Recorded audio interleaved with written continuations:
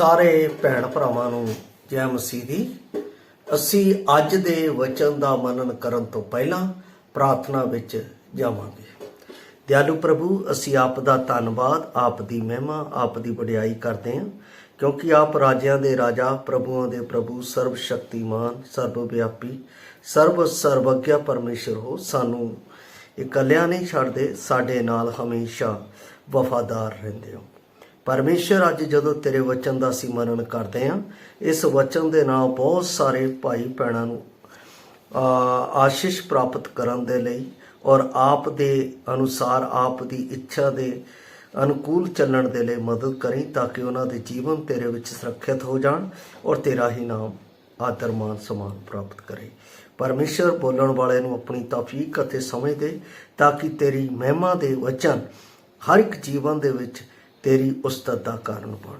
ਇਹ ਸਭ ਕੁਝ ਤੇਰੇ ਹੱਥਾਂ ਵਿੱਚ ਸੌਂਪਦੇ ਹੋਏ ਬੇਨਤੀ ਮਸੀਹ ਯਸੂ ਦੇ ਪਵਿੱਤਰ ਤੇ ਸਮਰਥੀ ਨਾਮ ਵਿੱਚ ਮੰਗਦੇ ਹਾਂ, ਆਮੀਨ। ਪਿਆਰੇ ਅਜ਼ੀਜ਼, ਅੱਜ ਦਾ ਜੋ ਮੈਂ ਵਚਨ ਦਾ ਭਾਗ ਲਿਆ ਹੈ ਉਹ ਯਹੋਨਾ ਦੀ ਅੰਜੀਲ 14 ਅਧਿਆਇ ਉਸ ਦੀ 18 ਆਇਤ ਦੇ ਵਿੱਚੋਂ ਲਿਖਿਆ ਹੈ, ਮੈਂ ਤੁਹਾਨੂੰ ਕਦੇ ਅਨਾਥ ਨਾ ਛੱਡਾਂਗਾ, ਮੈਂ ਤੁਹਾਡੇ ਕੋਲ ਆਵਾਂਗਾ। ਜੋ ਮੈਂ ਇਸ ਦਾ ਵਿਸ਼ਾ ਲਿਆ ਹੈ ਉਹ ਲਿਆ ਹੈ ਪ੍ਰਭੂ ਯਸੂ ਮਸੀਹ ਵਿੱਚ ਸਾਨੂੰ ਗੋਦ ਲਿਆ ਜਾਣਾ। ਪ੍ਰਭੂ ਯਸੂ ਮਸੀਹ ਵਿੱਚ ਸਾਨੂੰ ਗੋਦ ਲਿਆ ਜਾਣਾ। ਅਸੀਂ ਬੇਵਿਚਾਰੀ ਦੀ ਸੰਤਾਨ, ਅਸੀਂ ਪਾਪ ਦੀ ਸੰਤਾਨ। ਸਾਨੂੰ ਕੋਈ ਵੀ ਅਪਣਾਉਣ ਦੇ ਲਈ ਤਿਆਰ ਨਹੀਂ ਸੀ, ਕੋਈ ਵੀ ਸਾਨੂੰ ਗੋਦ ਲੈਣ ਦੇ ਲਈ ਵੀ ਤਿਆਰ ਨਹੀਂ ਸੀ, ਕਿਉਂਕਿ ਅਸੀਂ ਜਨਾਹ ਦੀ ਸੰਤਾਨ ਸੀ। ਪਿਆਰੇ ਅਜ਼ੀਜ਼, ਬਾਣੀ ਦੱਸਦੀ ਹੈ ਪਾਪ ਤੇ ਪਵਿੱਤਰਤਾ ਦਾ ਕੋਈ ਮੇਲ ਨਹੀਂ ਹੈ। ਜਦੋਂ ਅਸੀਂ ਪਾਪ ਦੀ ਸੰਤਾਨ ਬਣ ਗਏ ਆਦਮ ਤੋਂ, ਤਾਂ ਕੋਈ ਸਾਨੂੰ ਪਵਿੱਤਰਤਾ ਦੇ ਵਿੱਚ ਛਡਾਉਣ ਵਾਲਾ ਨਹੀਂ ਹੈ। ਇਸ ਲਈ ਅਸੀਂ ਪਾਪ ਦੀ ਸੰਤਾਨ, ਜਨਾਹ ਦੀ ਸੰਤਾਨ, ਵਿਵਚਾਰ ਦੀ ਸੰਤਾਨ। ਬਾਣੀ ਇਸ ਦਾ ਉਲੇਖ ਸਾਫ਼ ਰੀਤੀ ਨਾਲ ਕਰਦੀ ਹੈ। ਜਦੋਂ ਅਸੀਂ ਰੋਮੀਆਂ ਦੀ ਪੁਸਤਕ ਉਸ ਦਾ 3:23 ਪੜ੍ਹਦੇ ਹਾਂ, ਸਭਨਾਂ ਨੇ ਪਾਪ ਕੀਤਾ ਤੇ ਪਰਮੇਸ਼ਰ ਦੀ ਮਹਿਮਾ ਤੋਂ ਰਹਿਤ ਹੈ, ਪ੍ਰਤਾਪ ਤੋਂ ਰਹਿਤ ਹੈ। ਅਸੀਂ ਪਾਪ ਦੇ ਵਿੱਚ ਸੀ। ਪਾਪ ਨੇ ਸਾਨੂੰ ਇਸ ਕਦਰ ਅੰਨਾ ਕਰ ਦਿੱਤਾ ਸੀ ਕਿ ਸੱਚਾਈ ਸਾਨੂੰ ਨਜ਼ਰ ਹੀ ਨਹੀਂ ਸੀ ਆ ਰਹੀ। ਪਰ ਧੰਨਵਾਦ ਹੈ ਉਸ ਪਰਮੇਸ਼ਰ ਦਾ ਜਿਹਨੇ ਮੇਰੇ ਅਤੇ ਆਪ ਦੇ ਉੱਤੇ ਕਿਰਪਾ ਕੀਤੀ, ਜਿਹੜਾ ਸਾਨੂੰ ਕੋਈ ਗੋਦ ਦੇ ਵਿੱਚ ਲੈਣ ਨੂੰ ਤਿਆਰ ਨਹੀਂ ਸੀ, ਜਿਹੜਾ ਕੋਈ ਸਾਨੂੰ ਅਪਣਾਉਣ ਦੇ ਲਈ ਤਿਆਰ ਨਹੀਂ ਸੀ, ਜਿਹੜਾ ਕੋਈ ਸਾਡੇ ਉੱਤੇ ਨਿਗਾਹ ਕਰਨ ਨੂੰ ਤਿਆਰ ਨਹੀਂ ਸੀ, ਉਹ ਸਾਡੇ ਲਈ, ਸਾਨੂੰ ਗੋਦ ਲੈਣ ਦੇ ਲਈ, ਸਾਨੂੰ ਆਪਣੀ ਸੰਤਾਨ ਬਣਾਉਣ ਦੇ ਲਈ, ਸਾਡੇ ਲਈ ਆਪਣੀ ਜਾਨ ਦੇਣ ਦੇ ਲਈ ਤਿਆਰ ਹੋਇਆ। ਅੱਜ ਮੈਂ ਉਸੇ ਦੇ ਸਬੰਧ ਦੇ ਵਿੱਚ ਆਪ ਦੇ ਨਾਲ ਗੱਲ ਕਰਨ ਜਾ ਰਿਹਾ। ਬਾਣੀ ਦਾ ਇਹ ਜਿਹੜਾ ਖੰਡ ਹੈ, ਇਹ ਸਾਫ਼ ਰੀਤੀ ਨਾਲ ਇੱਕ ਗੱਲ ਦੱਸਦਾ ਆ ਕਿ ਯਸੂ ਖੁਦ ਨੂੰ ਆਪਣੀ ਨਿੱਜੀ ਹਜ਼ੂਰੀ ਨੂੰ ਪਵਿੱਤਰ ਆਤਮਾ ਦੇ ਰਾਹੀਂ ਉਹਨਾਂ ਦੇ ਲਈ ਪ੍ਰਗਟ ਕਰਦਾ ਹੈ ਜਿਹੜੇ ਉਸ ਨੂੰ ਪਿਆਰ ਕਰਦੇ ਅਤੇ ਆਗਿਆ ਮੰਨਦੇ ਹਨ। ਉਹਨਾਂ ਦੇ ਲਈ ਤਿਆਰ ਕਰ ਰਹੇ। ਅਸੀਂ ਤਾਂ ਅਨਾਗਿਆਕਾਰੀਤਾ ਦੀ ਸੰਤਾਨ ਸੀ, ਪਰ ਪਰਮੇਸ਼ਰ ਦਾ ਧੰਨਵਾਦ ਹੈ ਕਿ ਜਿਸ ਤਰ੍ਹਾਂ ਪੌਲਸ ਰਸੂਲ ਤਿਮੋਥੀਅਸ ਦੇ ਵਿੱਚ ਲਿਖਦਾ ਹੈ, ਦੂਸਰਾ ਤਿਮੋਥੀਅਸ ਦੇ ਵਿੱਚ, ਕਿ ਉਹਨੇ ਠੀਕ ਐਨ ਵੇਲੇ ਉੱਤੇ ਮੇਰੇ ਲਈ ਆਪਣੇ ਪਿਆਰੇ ਪੁੱਤਰ ਪ੍ਰਭੂ ਯਸੂ ਮਸੀਹ ਨੂੰ ਦੇ ਦਿੱਤਾ ਕਿ ਜਿਸ ਦੇ ਰਾਹੀਂ ਮੈਂ ਛੁਡਾਇਆ ਜਾਵਾਂ। ਅਸੀਂ ਕਿਰਪਾ ਤੋਂ ਹੀ ਬਚਾਏ ਗਏ। ਸਾਡੇ ਵਿੱਚ ਯੋਗਤਾ ਨਹੀਂ ਸੀ, ਅਸੀਂ ਇਸ ਲਾਇਕ ਨਹੀਂ ਸੀ ਕਿ ਅਸੀਂ ਉਹਦੇ ਕੋਲ ਜਾ ਸਕੀਏ। ਕਿਰਪਾ ਦਾ ਮਤਲਬ ਜਿਸ ਤੇ ਅਸੀਂ ਯੋਗ ਨਹੀਂ ਸੀ, ਉਸ ਤੇ ਯੋਗ ਬਣਾਤਾ। ਅਸੀਂ ਪਰਮੇਸ਼ਰ ਦੇ ਯੋਗ ਨਹੀਂ ਸੀ, ਲੇਕਿਨ ਪ੍ਰਭੂ ਯਸੂ ਨੇ ਸਾਨੂੰ ਉਸ ਤੇ ਯੋਗ ਬਣਾਤਾ। ਇਹ ਹੈ ਕਿਰਪਾ। ਔਰ ਇਸ ਕਿਰਪਾ ਦੇ ਵਿੱਚ ਪਰਮੇਸ਼ਰ ਕਹਿੰਦਾ, ਮੈਂ ਤੁਹਾਨੂੰ ਅਨਾਥ ਨਹੀਂ ਛੱਡਾਂਗਾ। ਕਿੰਨਾ ਅਦਭੁਤ ਵਚਨ ਹੈ। ਮੈਂ ਸਮਝਦਾ ਹਾਂ ਕਿ ਤੁਸੀਂ ਔਰਫਨਾਈਜ਼ ਦੇ ਵਿੱਚ ਨਹੀਂ ਗਏ, ਅਨਾਥਾਂ ਦੇ ਕੋਲ ਨਹੀਂ ਗਏ, ਕਦੇ ਅਨਾਥਾਂ ਨਾਲ ਹੋ ਸਕਦਾ ਤੁਸੀਂ ਗੱਲ ਕੀਤੀ ਜਾਂ ਨਹੀਂ ਕੀਤੀ, ਪਰ ਮੈਂ ਅਨਾਥ ਆਸ਼ਰਮ ਦੇ ਵਿੱਚ ਗਿਆ, ਅਨਾਥ ਆਸ਼ਰਮ ਦੇ ਬੱਚਿਆਂ ਨਾਲ ਮਿਲਿਆ, ਉਹਨਾਂ ਨਾਲ ਗੱਲਬਾਤ ਕੀਤੀ। ਔਰ ਜਦੋਂ ਉਹ ਗੱਲ ਕਰਦੇ ਆ, ਜਿਨ੍ਹਾਂ ਨੇ ਉਹਨਾਂ ਨੂੰ ਪਾਲਿਆ, ਜਿਨ੍ਹਾਂ ਨੇ ਉਹਨਾਂ ਨੂੰ ਆਪਣਾ ਚੱਲਣ ਦੀ ਲਿਆਕਤ ਦਿੱਤੀ, ਜਿਨ੍ਹਾਂ ਨੇ ਉਹਨਾਂ ਦੇ ਲਈ ਕਾਰਜ ਕੀਤਾ, ਉਹ ਉਹਨਾਂ ਦੀ ਕਿਸ ਤਰ੍ਹਾਂ ਸਿਫਤ ਕਰਦੇ ਆ ਮੈਂ ਦੇਖਿਆ। ਉਹ ਉਸ ਮਾਂ-ਬਾਪ ਨੂੰ ਨਹੀਂ ਜਾਣਦੇ ਜਿਨ੍ਹਾਂ ਨੇ ਉਹਨਾਂ ਨੂੰ ਪੈਦਾ ਕਰਕੇ ਇਸ ਸੰਸਾਰ ਦੇ ਵਿੱਚ ਛੱਡ ਦਿੱਤਾ ਹੈ। ਉਹ ਉਸ ਮਾਂ-ਬਾਪ ਨੂੰ ਨਹੀਂ ਜਾਣਦੇ ਜਿਨ੍ਹਾਂ ਨੇ ਉਹਨੂੰ ਜਨਮ ਦਿੱਤਾ ਹੈ। ਪਰ ਧੰਨਵਾਦ ਹੈ ਮੇਰੇ ਪਰਮੇਸ਼ਰ ਨੇ ਕਿ ਮੈਨੂੰ ਉੱਥੋਂ ਗੋਦ ਲੈ ਕੇ ਮੈਨੂੰ ਆਪਣਾ ਨਾਮ ਦਿੱਤਾ ਹੈ। ਇਹ ਛੋਟੀ ਗੱਲ ਨਹੀਂ ਹੈ ਮੇਰੇ ਭਾਈ ਅਤੇ ਭੈਣ, ਇਹ ਬਹੁਤ ਵੱਡੀ ਗੱਲ ਹੈ। ਮੈਂ ਉਸ ਪਰਮੇਸ਼ਰ ਦਾ ਬਾਰ-ਬਾਰ ਸ਼ੁਕਰਗੁਜ਼ਾਰ ਕਰਦਾ, ਮੈਂ ਉਹਦਾ ਰਣੀ ਹਾਂ ਕਿ ਉਹਨੇ ਮੇਰੇ ਜਿਹੇ ਪਾਪੀ ਨੂੰ ਗੋਦ ਲੈ ਕੇ ਆਪਣਾ ਨਾਮ ਦਿੱਤਾ, ਮੈਨੂੰ ਆਪਣੀ ਸੰਤਾਨ ਹੋਣ ਦਾ, ਮੈਨੂੰ ਪੁੱਤਰ ਹੋਣ ਦਾ ਹੱਕ ਦਿੱਤਾ। ਇਸੇ ਕਰਕੇ ਤਾਂ ਯਹੋਨਾ ਕਹਿੰਦਾ ਹੈ, ਜਿਨ੍ਹਾਂ ਨੇ ਉਸ ਨਾਮ ਦੇ ਉੱਤੇ ਨੇਚਾ ਕੀਤੀ ਉਹਨਾਂ ਨੂੰ ਪੁੱਤਰ ਹੋਣ ਦਾ ਹੱਕ ਦਿੱਤਾ। ਮੈਂ ਇਸ ਯੋਗ ਨਹੀਂ ਸੀ। ਮੈਂ ਉਸ ਪਰਮੇਸ਼ਵਰ ਦਾ ਤਹਿ ਦਿਲ ਤੋਂ ਬਾਰ-ਬਾਰ ਧੰਨਵਾਦ ਕਰਦਾ ਕਿ ਉਹਨੇ ਮੈਨੂੰ ਇਸ ਲਾਇਕ ਸਮਝ ਲਿਆ, ਇਸ ਲਾਇਕ ਬਣਾ ਦਿੱਤਾ। ਜਦੋਂ ਮੈਨੂੰ ਪਤਾ ਲੱਗਾ ਕਿ ਮੈਂ ਪਾਪੀ ਹਾਂ, ਮੈਨੂੰ ਕੋਈ ਰਾਸਤਾ ਨਹੀਂ ਹੈ, ਮੇਰੇ ਲਈ ਕੋਈ ਆਪਣਾ ਵੇਸ ਨਹੀਂ ਹੈ, ਉਸ ਸਮੇਂ ਪਰਮੇਸ਼ਵਰ ਮੇਰੇ ਲਈ ਰਾਸਤਾ ਬਣਿਆ ਪ੍ਰਭੂ ਯਿਸੂ ਮਸੀਹ ਦੇ ਵਿੱਚ। ਇਸੇ ਯਹੋਨਾ 14:6 ਦੇ ਵਿੱਚ ਉਹ ਰਾਸਤਾ ਬਣਿਆ। ਕਹਿੰਦਾ ਰਾਹ, ਸੱਚਾਈ ਅਤੇ ਜਿਉਣ ਮੈਂ ਹਾਂ, ਬਿਨਾਂ ਮੇਰੇ ਦੁਆਰਾ ਕੋਈ ਪਿਤਾ ਕੋਲ ਨਹੀਂ ਜਾ ਸਕਦਾ। ਮੇਰੇ ਲਈ ਉਹ ਰਾਸਤਾ ਬਣਿਆ, ਮੇਰੇ ਲਈ ਉਹ ਮੈਨੂੰ ਪਿਤਾ ਦੇ ਨਾਲ ਪੁੱਤਰ ਦਾ ਹੱਕ ਦੇਣ ਦਾ ਜ਼ਰੀਆ ਬਣਿਆ।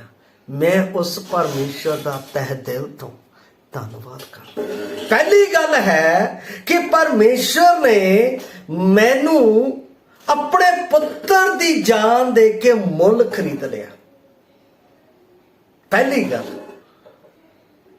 ਪਰਮੇਸ਼ਰ ਕਿੰਨਾ ਦਇਆਵੰਤ ਹੈ ਕਿ ਉਹਨੇ ਆਪਣੇ ਪੁੱਤਰ ਨੂੰ ਇਸ ਦੁਨੀਆ ਦੇ ਵਿੱਚ ਮੇਰੇ ਲਈ ਘੱਲਿਆ, ਜਿਸ ਨੂੰ ਕੋਈ ਰਾਸਤਾ ਨਹੀਂ ਸੀ, ਜਿਸ ਨੂੰ ਕੋਈ ਪਿਤਾ ਕਹਿਣ ਦਾ ਹੱਕ ਨਹੀਂ ਸੀ, ਜਿਸ ਨੂੰ ਪਿਤਾ ਦੇ ਨਾਲ ਮਿਲਣ ਦਾ ਕੋਈ ਵਾਸਤਾ ਨਹੀਂ ਸੀ।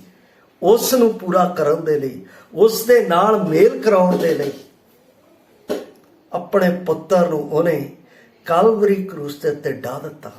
ਪਹਿਲੀ ਗੱਲ, ਮੇਰੇ ਲਈ ਉਸਨੇ ਆਪਣੇ ਪੁੱਤਰ ਨੂੰ ਕਲਵਰੀ ਕਰੂਸ ਦੇ ਉੱਤੇ ਢਾ ਦਿੱਤਾ ਕਿ ਮੈਨੂੰ ਉਹਦੇ ਵਿੱਚ ਗੋਦ ਲੈ ਸਕੇ, ਕਿ ਮੈਨੂੰ ਯਿਸੂ ਮਸੀਹ ਵਿੱਚ ਗੋਦ ਲੈ ਸਕੇ, ਕਿ ਮੈਨੂੰ ਇੱਕ ਪਿਤਾ ਦਾ ਪੁੱਤਰ ਦੇ ਨਾਲ ਰਿਲੇਸ਼ਨਸ਼ਿਪ ਅਟੈਚ ਕਰ ਸਕੇ, ਸੰਬੰਧ ਬਣਾ ਸਕੇ।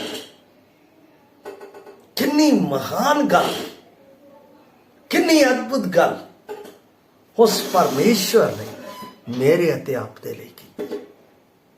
ਇਹ ਛੋਟੀ ਗੱਲ ਨਹੀਂ ਹੈ, ਇਹ ਬਹੁਤ ਵੱਡੀ ਗੱਲ ਹੈ। ਅੱਜ ਕੋਈ ਵੀ ਸਾਡੇ ਲਈ ਇਸ ਤਰ੍ਹਾਂ ਨਹੀਂ ਕਰਦਾ, ਕੋਈ ਸਾਨੂੰ ਅਪਣਾਉਣ ਦੇ ਲਈ ਤਿਆਰ ਨਹੀਂ ਸੀ। ਜਦੋਂ ਮੈਂ ਪ੍ਰਕਾਸ਼ ਦੀ ਪੋਥੀ 5 ਅਧਿਆਏ ਪੜ੍ਹਦਾ ਹਾਂ ਤਾਂ ਉਸ ਵਿੱਚ ਮੈਂ ਜਦੋਂ ਉਸ ਨੂੰ ਪੜ੍ਹਦਾ ਹਾਂ ਤਾਂ ਮੇਰਾ ਆਪਣਾ ਅੰਤःਕਰਣ ਘਬਰਾ ਜਾਂਦਾ ਹੈ। ਔਰ ਇਸ ਗੱਲ ਦੇ ਲਈ ਘਬਰਾ ਜਾਂਦਾ ਹੈ ਕਿ ਜੇ ਯਿਸੂ ਮਸੀਹ ਨੂੰ ਪਰਮੇਸ਼ਰ ਮੇਰੇ ਲਈ ਨਾ ਭੇਜਦਾ ਤਾਂ ਮੈਂ ਅੱਜ ਪਰਮੇਸ਼ਰ ਦੀ ਸੰਤਾਨ ਨਾ ਹੁੰਦਾ। ਇੱਥੇ ਮੈਂ ਪੜ੍ਹਦਾ ਹਾਂ, ਕਹਿੰਦਾ ਹੈ ਮੈਂ ਇੱਕ ਬਲੀ ਦੂਤ ਨੂੰ ਆਵਾਜ਼ ਨਾਲੇ ਪ੍ਰਚਾਰ ਕਰਦੇ ਵੇਖਿਆ, ਭਾਈ ਪੋਥੀ ਨੂੰ ਖੋਲਣ ਅਤੇ ਉਸ ਦੀਆਂ ਮੋਹਰਾਂ ਨੂੰ ਤੋੜਨ ਦੇ ਯੋਗ ਕੌਣ ਹੈ? ਨਾ ਤਾਂ ਸਵਰਗ ਵਿੱਚ, ਨਾ ਧਰਤੀ ਵਿੱਚ, ਨਾ ਧਰਤੀ ਦੇ ਹੇਠਾਂ ਕੋਈ ਸੀ ਜੋ ਇਸ ਪੋਥੀ ਨੂੰ ਖੋਲ ਸਕਦਾ ਜਾਂ ਉਸ ਉੱਤੇ ਨਿਗਾਹ ਕਰ ਸਕਦਾ। ਮੈਂ ਬਹੁਤ ਰੋਣਾ ਅਤੇ ਇਸ ਲਈ ਜੋ ਪੋਥੀ ਨੂੰ ਖੋਲਣ ਜਾਂ ਉਸ ਉੱਤੇ ਨਿਗਾਹ ਕਰਨ ਦੇ ਯੋਗ ਕੋਈ ਨਹੀਂ ਸੀ, ਅਤੇ ਉਹਨਾਂ ਬਜ਼ੁਰਗਾਂ ਵਿੱਚੋਂ ਮੈਂ ਬਹੁਤ ਰੋਣਾ। ਇਹਦਾ ਮਤਲਬ ਮੈਂ ਬੱਬਾ ਮਾਰ ਕੇ ਰੋਇਆ ਕਿ ਕੋਈ ਵੀ ਨਹੀਂ ਹੈ ਮੈਨੂੰ ਬਚਾਉਣ ਦੇ ਲਈ, ਕੋਈ ਵੀ ਨਹੀਂ ਹੈ ਮੈਨੂੰ ਗੋਦ ਲੈਣ ਦੇ ਲਈ। ਤਦ ਉਹਨਾਂ ਬਜ਼ੁਰਗਾਂ ਵਿੱਚੋਂ ਇੱਕ ਨੇ ਪਿੱਠ ਥਪਾਈ ਯਹੋਨਾ ਦੀ, ਉਹਨੇ ਕਿਹਾ ਨਾ रो देख ਯਹੂਦਾ ਦੇ ਗੋਤਰ ਵਿੱਚੋਂ ਦਾਊਦ ਦੇ ਕੁਲ ਵਿੱਚੋਂ ਇੱਕ ਬੱਬਰ ਸ਼ੇਰ ਉੱਠ ਖੜਿਆ ਹੈ ਜਿਹੜਾ ਇਹਨਾਂ 7 ਮੋਹਰਾਂ ਨੂੰ ਤੋੜਨ ਦੇ ਲਈ ਜਿੱਤ ਗਿਆ ਹੈ ਮੈਨੂੰ ਗੋਦ ਲੈਣ ਦੇ ਲਈ ਪਰਮੇਸ਼ਰ ਨੇ ਆਪਣੇ ਪੁੱਤਰ ਦੀ ਕੁਰਬਾਨੀ ਕਲਵਰੀ ਕਰੂਸ ਦੇ ਉੱਤੇ ਦਿੱਤੀ। ਇਹ ਮੇਰੇ ਲਈ ਬਹੁਤ ਵੱਡਾ ਅਹਿਸਾਨ ਹੈ। ਇਸੇ ਕਰਕੇ ਦਾਊਦ ਕਹਿੰਦਾ ਹੈ 103 ਜ਼ਬੂਰ ਦੇ ਵਿੱਚ, ਹੈ ਮੇਰੀ ਜਾਨ ਪਰਮੇਸ਼ਰ ਦੇ ਉਪਕਾਰਾਂ ਨੂੰ ਨਾ ਵਿਸਾਰ। ਉਹ ਧੰਨਵਾਦ ਦੇ ਯੋਗ ਮਹਿਮਾ ਦੇ ਯੋਗ ਪਰਮੇਸ਼ਰ ਹੈ ਜਿਹਨੇ ਮੇਰੇ ਲਈ ਇੰਨਾ ਵੱਡਾ ਕੰਮ ਕੀਤਾ। ਮੈਨੂੰ ਦੁਰਾਚਾਰੀ ਨੂੰ, ਮੈਨੂੰ ਵਿਭਚਾਰੀ ਨੂੰ, ਮੈਨੂੰ ਪਾਪੀ ਨੂੰ ਗੋਦ ਲੈਣ ਦੇ ਲਈ ਆਪਣੇ ਪੁੱਤਰ ਦਾ ਸਰਪਾ ਤੱਕ ਨਾ ਕੀਤਾ। ਉਹਨੇ ਮੈਨੂੰ ਗੋਦ ਲੈਣ ਦੇ ਲਈ ਆਪਣੇ ਪੁੱਤਰ ਨੂੰ ਕਲਵਰੀ ਕਰੂਸ ਦੇ ਉੱਤੇ ਡਾਲ ਦਿੱਤਾ। ਦੂਸਰੀ ਗੱਲ, ਜਦੋਂ ਮੈਂ ਉਸ ਪੁੱਤਰ ਨੂੰ ਸਵੀਕਾਰ ਕਰਦਾ ਹਾਂ, ਉਸਦੇ ਕੀਤੇ ਹੋਏ ਬਲੀਦਾਨ ਨੂੰ ਸਵੀਕਾਰ ਕਰਦਾ ਹਾਂ, ਤਾਂ ਉਹ ਮੈਨੂੰ ਪੁੱਤਰ ਹੋਣ ਦਾ ਹੱਕ ਦਿੰਦਾ ਹੈ। ਪਹਿਲਾਂ ਮੈਨੂੰ ਗੋਦ ਲੈਣ ਦੇ ਲਈ ਪਰਮੇਸ਼ਰ ਨੇ ਆਪਣੇ ਪੁੱਤਰ ਨੂੰ ਦਿੱਤਾ। ਦੂਸਰਾ, ਉਸ ਪੁੱਤਰ ਦੇ ਵਿੱਚ ਮੈਨੂੰ ਪਰਮੇਸ਼ਰ ਦੇ ਪੁੱਤਰ ਹੋਣ ਦਾ ਹੱਕ ਦਿੱਤਾ। ਕਿੰਨੀ ਅਦਭੁਤ ਗੱਲ ਹੈ ਨਾ, ਕਿੰਨੀ ਮਹਿਮਾ ਯੋਗ ਗੱਲ ਹੈ। ਇਹ ਕੋਈ ਆਮ ਗੱਲ ਨਹੀਂ ਹੈ, ਇਹ ਕਿਸੇ ਕੋਨੇ ਦੀ ਘਟਨਾ ਨਹੀਂ ਹੈ, ਇਹ ਸ਼ਰੇਆਮ ਘਟਨਾ ਕੀਤੀ ਗਈ ਹੈ। ਜਦੋਂ ਕਹਿੰਦਾ ਜਿਨ੍ਹਾਂ ਨੇ ਉਸ ਨਾਮ ਨੂੰ ਸਵੀਕਾਰ ਕੀਤਾ, ਇਸੇ ਯਹੋਨਾ ਦੇ ਵਿੱਚ ਲਿਖਿਆ, ਯਹੋਨਾ 1:12 ਦੇ ਵਿੱਚ, ਜਿਨ੍ਹਾਂ ਨੇ ਉਸ ਨਾਮ ਉੱਤੇ ਨਿਚਾ ਕੀਤੀ, ਵਿਸ਼ਵਾਸ ਕੀਤਾ, ਉਹਨਾਂ ਨੂੰ ਉਹਨੇ ਪਰਮੇਸ਼ਰ ਦੀ ਸੰਤਾਨ ਹੋਣ ਦਾ ਹੱਕ ਦਿੱਤਾ। ਜਿਨ੍ਹਾਂ ਨੇ ਨਾ ਤਾਂ ਮਾਸ ਤੋਂ ਸਲਾਹ ਲਈ, ਨਾ ਨਹੂ ਤੋਂ ਸਲਾਹ ਲਈ, ਨਾ ਮਨੁੱਖਾਂ ਤੋਂ ਸਲਾਹ ਲਈ, ਆਪਣੇ ਆਪ ਦੇ ਉੱਤੇ ਉਹਨਾਂ ਨੇ ਵਿਸ਼ਵਾਸ ਕੀਤਾ ਕਿ ਪ੍ਰਭੂ ਯਿਸੂ ਮਸੀਹ ਪਰਮੇਸ਼ਰ ਦਾ ਭੇਜਿਆ ਲੇਲਾ ਮੇਰੇ ਲਈ, ਮੇਰੇ ਪਾਪਾਂ ਦੇ ਲਈ ਮਾਰਿਆ ਗਿਆ, ਦਫਨ ਕੀਤਾ ਗਿਆ ਅਤੇ ਤੀਸਰੇ ਦਿਨ ਮੁਰਦਿਆਂ ਵਿੱਚੋਂ ਜੀ ਉੱਠਿਆ, ਹੁਣ ਮੇਰਾ ਪ੍ਰਭੂ ਹੈ। ਉਹਨਾਂ ਨੂੰ ਪਰਮੇਸ਼ਰ ਦੇ ਪੁੱਤਰ ਹੋਣ ਦਾ ਹੱਕ ਮਿਲ ਗਿਆ। ਉਹਨਾਂ ਨੂੰ ਪਰਮੇਸ਼ਰ ਨੇ ਗੋਦ ਲੈ ਲਿਆ। ਇਸੇ ਕਰਕੇ ਰੋਮੀਆਂ ਦੀ ਪੁਸਤਕ ਜਦੋਂ ਮੈਂ ਉਸ ਦਾ 8 ਅਧਿਆਇ ਉਸ ਦੀ 15 ਆਇਤ ਪੜ੍ਹਦਾ ਹਾਂ, ਕਹਿੰਦਾ ਕਿਉਂ ਜੋ ਤੁਹਾਨੂੰ ਗੁਲਾਮੀ ਦਾ ਆਤਮਾ ਨਹੀਂ ਮਿਲਿਆ ਤੁਸੀਂ ਫੇਰ ਮੁੜ ਕੇ ਡਰੋ, ਸਗੋਂ ਨਾਬਾਲਗ ਪੁੱਤਰ ਹੋਣ ਦਾ ਆਤਮਾ ਮਿਲਿਆ, ਜਿਸ ਕਰਕੇ ਅਸੀਂ ਹੇ ਅੱਬਾ ਹੇ ਪਿਤਾ ਪੁਕਾਰਦੇ। ਨਾਬਾਲਗਪਨ ਇਹਦਾ ਮਤਲਬ ਗੋਦ ਲੈਣਾ, ਨਾਬਾਲਗ ਦਾ ਮਤਲਬ ਗੋਦ ਲੈ ਲਿਆ। ਜਦੋਂ ਗੋਦ ਲੈ ਲਿਆ ਫਿਰ ਸਾਨੂੰ ਹੁਣ ਪਰਮੇਸ਼ਰ ਪਿਤਾ ਕਹਿਣ ਦਾ ਅਤੇ ਉਸ ਨੂੰ ਅੱਬਾ ਕਹਿਣ ਦਾ ਹੱਕ ਮਿਲ ਗਿਆ, ਕਿਉਂਕਿ ਉਹਨੇ ਪੁੱਤਰ ਬਣਾ ਲਿਆ ਸਾਨੂੰ। ਆਪਣੇ ਪੁੱਤਰ ਦੀ ਕੁਰਬਾਨੀ ਵਿੱਚ ਸਾਨੂੰ ਜਦੋਂ ਅਸੀਂ ਨਿਹਚਾ ਕੀਤੀ ਤਾਂ ਉਹਨੇ ਪੁੱਤਰ ਬਣਾ ਲਿਆ। ਤੀਸਰੀ ਗੱਲ, ਪੁੱਤਰ ਨਹੀਂ ਬਣਾਇਆ ਉਹਦੇ ਵਿੱਚ, ਉਹਨੇ ਸਾਨੂੰ ਸਦਾ ਦਾ ਜੀਵਨ ਦੇ ਦਿੱਤਾ ਜਿਹੜਾ ਕਦੇ ਖਤਮ ਨਹੀਂ ਹੁੰਦਾ।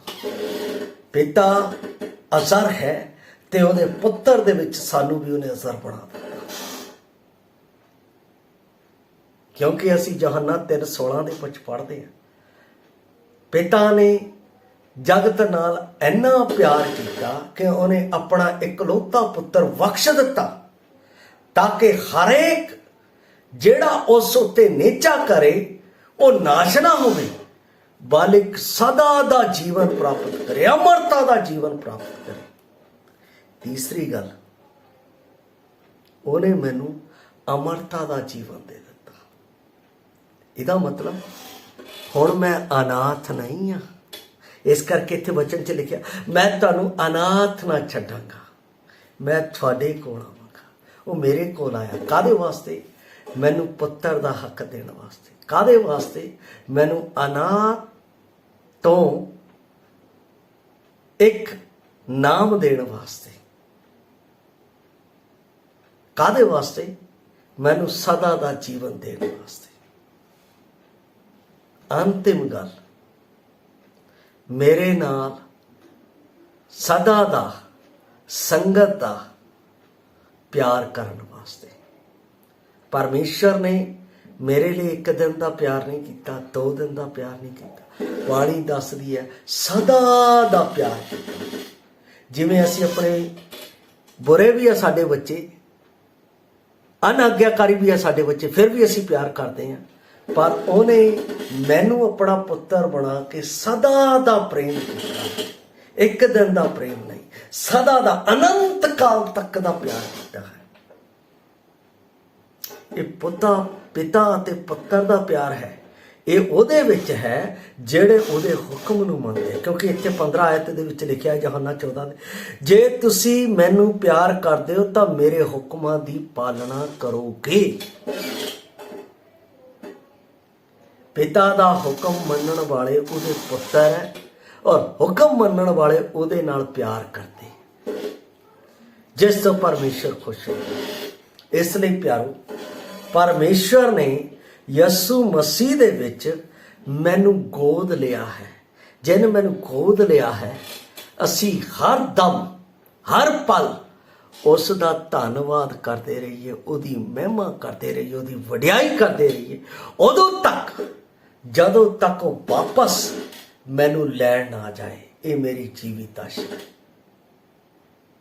ਉਦੋਂ ਤੱਕ ਕਰਦੇ ਰਹੀਏ ਜਦ ਤੱਕ ਮੈਨੂੰ ਲੈਣ ਨਾ ਆ ਜਾਏ। ਪਰ ਜਦੋਂ ਤੱਕ ਮੈਨੂੰ ਲੈਣ ਨਾ ਆਵੇ, ਉਦੋਂ ਤੱਕ ਮੈਂ ਉਹਦੇ ਵਚਨ ਦੀ ਸੰਗਤ ਵਿੱਚ ਬਣਿਆ ਰਹਾਂ। ਇਹ ਉਹਦੀ ਚਾਹਤ ਹੈ। ਇਸ ਲਈ ਚਾਹਤ ਹੈ ਕਿ ਮੇਰਾ ਅਤੇ ਉਹਦਾ ਰਿਸ਼ਤਾ ਜੋ ਗੋਦ ਲਏ ਵਿੱਚ ਪਿਤਾ ਅਤੇ ਪੁੱਤਰ ਦਾ ਹੈ, ਉਸ ਨੂੰ ਅਸੀਂ ਇਸ ਵਚਨ ਦੇ ਨਾਲ ਪੜ੍ਹ ਕੇ ਨਿਭਾਉਂਦੇ ਰਹੀਏ, ਤਾਂ ਕਿ ਇਸ ਦੁਨੀਆ ਦੇ ਵਿੱਚ ਪ੍ਰਗਟ ਹੋ ਜਾਏ ਮੈਂ ਪਿਤਾ ਵਿੱਚ ਅਤੇ ਪਿਤਾ ਮੇਰੇ ਵਿੱਚ। ਜਿਸ ਤਰ੍ਹਾਂ ਪ੍ਰਭੂ ਨੇ ਕਿਹਾ, ਮੈਂ ਉਹਦੇ ਵਚਨ ਵਿੱਚ ਅਤੇ ਉਹਦਾ ਵਚਨ ਮੇਰੇ ਵਿੱਚ ਹੈ। ਮੇਰੀ ਸੰਗਤ ਉਹਦੇ ਨਾਲ, ਉਹਦੀ ਸੰਗਤ ਮੇਰੇ ਨਾਲ ਹੈ। ਕਿਉਂਕਿ ਇੱਥੋਂ ਪ੍ਰਗਟ ਹੁੰਦਾ ਹੈ ਕਿ ਅਸੀਂ ਸੱਚੇ ਪਿਤਾ ਦੀ, ਜਿਹੜਾ ਪਰਮ ਪਵਿੱਤਰ ਹੈ, ਯਿਸੂ ਮਸੀਹ ਵਿੱਚ ਉਹਦੀ ਸੰਤਾਨ ਆ। ਪ੍ਰਭੂ ਸਾਨੂੰ ਉਹਦੀ ਸੰਤਾਨ ਬਣੇ ਰਹਿਣ ਦੇ ਵਿੱਚ ਦਿਨ ਪ੍ਰਤੀ ਦਿਨ ਆਪਣੇ ਵਚਨ ਦੇ ਵਿੱਚ ਸਾਡੀ ਮਦਦ ਕਰੇ, ਸਾਡੀ ਸਹਾਇਤਾ ਕਰੇ। ਪ੍ਰਭੂ ਆਪ ਨੂੰ ਇਸ ਵਚਨ ਦੇ ਨਾਲ ਬਰਕਤ ਦੇਵੇ। ਜੈ ਮਸੀਹ ਦੀ। ਮਾਰਾਨਾਥਾ।